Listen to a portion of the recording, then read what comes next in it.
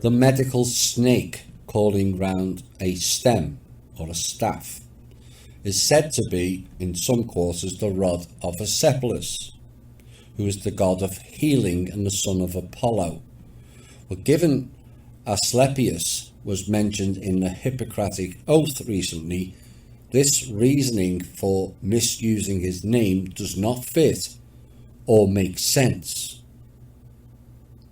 And its real intentions are the caduceus, which is said to be about Hermes, and yet other evidence suggests it goes back further and more familiar elements of the dark forces are involved. A.L. Throffingen incorporated Dr. Ward's research into his own work that was published back in 1916, which he suggested that the prototype of Hermes was an oriental deity of Babylonian extraction, represented in its earliest form as a snake god, which is the Naga. Naga and Maga. Oh dear. The caduceus also appears as a symbol of the punch-marked coins of the Maurya Empire in India in the 3rd or 2nd century BC. In Egyptian iconography, the Djed pillar is depicted as containing a snake in a frieze of the Dendera temple complex, which has all been wrapped up and is now in the Sackler Museum. Why? Same people or beings.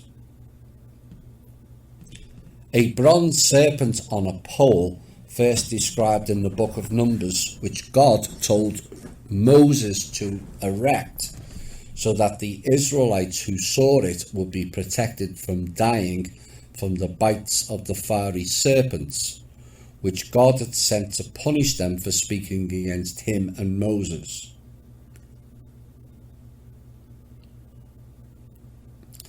And what in essence this is describing is some form of recognition symbol, like a code for being connected to something. That code of the bronze serpent stated those that are loyal to the snake gods will survive. Those that are loyal to the snake gods will survive. And this confirms what I've said all along, that the Bible is their story. And the god was Ra, the snake god. The Lord was Anu, the reptile king. Another confirm of that passage is the countries or regions involved: Asia, India, Egypt, and Israelites. What a nice confirmation that is.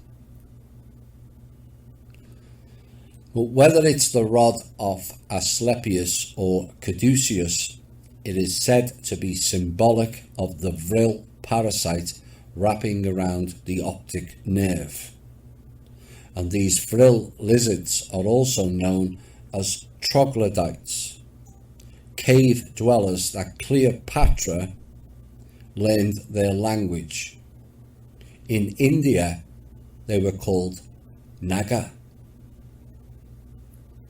Now, Sobek enjoyed a long-standing presence in the ancient Egyptian pantheon from the Old Kingdom of Egypt, circa 2686 to 2181 BCE, throughout the Roman period of 30 BCE to 350 CE.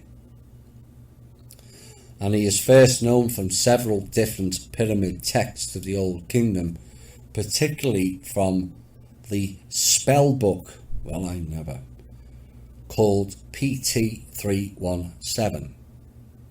The spell, which praises the pharaoh as the living incarnation of the crocodile god, reads, Eunice is Sobek. Eunice is Sobek.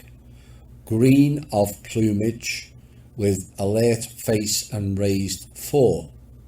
The splashing one who came from the thigh and the tail of the great goddess in the sunlight, Lilith. Eunice has appeared as Sobek, Neith's son, and the spell says Eunice will eat with his mouth, Eunice will urinate, and Eunice will copulate with his penis. Eunice is the lord of semen, who takes women from their husbands to the place Eunice likes, according to his heart's fancy.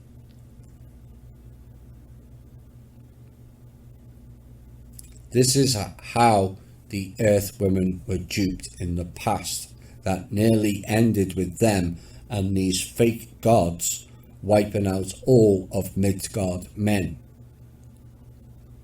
Now people will say, why would any woman sleep with a snake or other creature?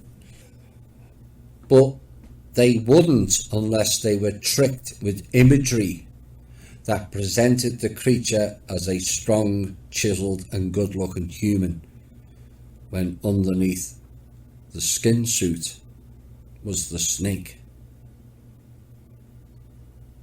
It still doesn't make that act right, but there was trickery going on. Now the origin of his name, Sebek, SBK, in Egyptian is debated among scholars, but many believe that it derived from a causative of the verb to impregnate. It means to impregnate. This sounds like seeding to me. And it wasn't just the Souths. It said something like 40% to 60% of Asian men are all related to Khan, Genghis Khan. Does that make any sense? No, it was a program, that's why. And it's all about spreading the seed, but retain and expand the genetic line, just like the royal bloods. They gain power by planting their seeds everywhere.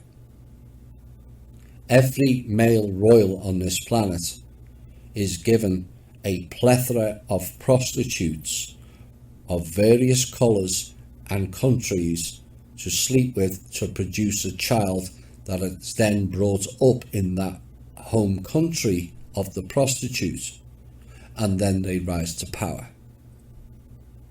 All by design.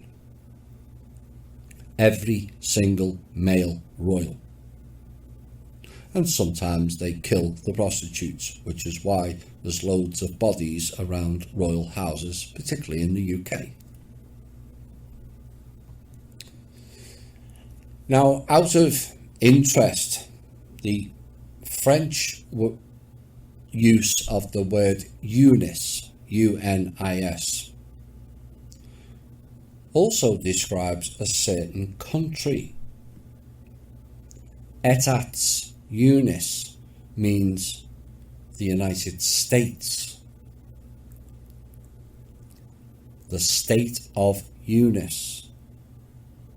Because etat is state in reverse.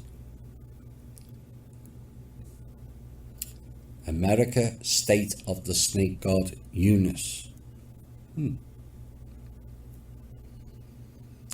Though Sobek was worshipped in the Old Kingdom, he truly gained prominence in the Middle Kingdom, 2055 through 1650 BCE, most notably under the 12th dynasty pharaoh Amenemhat III. Amenemhat III had taken particular interest in the Fayum of Egypt, a region heavily associated with Sobek, and Fayum also had a town called Philadelphia.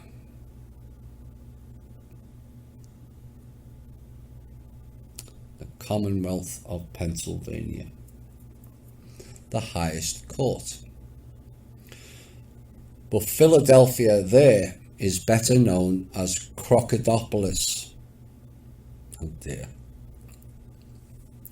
Amenemhat and many of his dynastic contemporaries engaged in building projects to promote Sobek, projects that were often executed in Fayum.